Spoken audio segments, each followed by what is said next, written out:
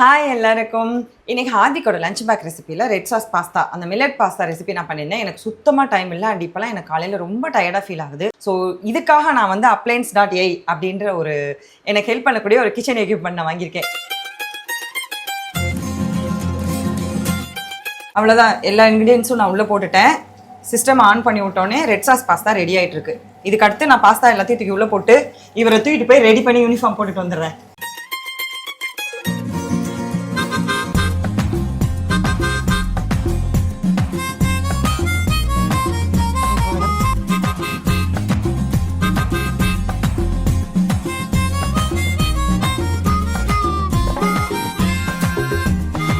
சுட சுட red sauce pasta ready. இது வந்து நான் கிட்ஸ் ஃப்ரெண்ட்லி ஆப்ஷன் சூஸ் பண்ணி நான் இது குக் பண்ணியிருக்கேன். இப்போ பெரியவங்களுக்குன்னா அதுக்கேற்ற மாதிரி இருக்குது. And low oil, Jain food and 34 குவைசன்ஸ் இருக்குது இதில் ஆப்ஷனு.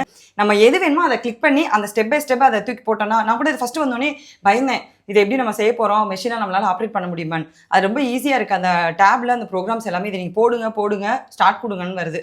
அதை போட்டுட்டு ஸ்டார்ட் கொடுத்தேன். எனக்கு ஈஸியாக வேலை முடிஞ்சுச்சு. உங்களோட கிச்சன் வேலையை ஈஸியாக்கிறதுக்கு இந்த எக்யூப்மெண்ட் ரொம்பவே ஹெல்ப்பாக இருக்கும். செக் அவுட் பண்ணி பாருங்கள்.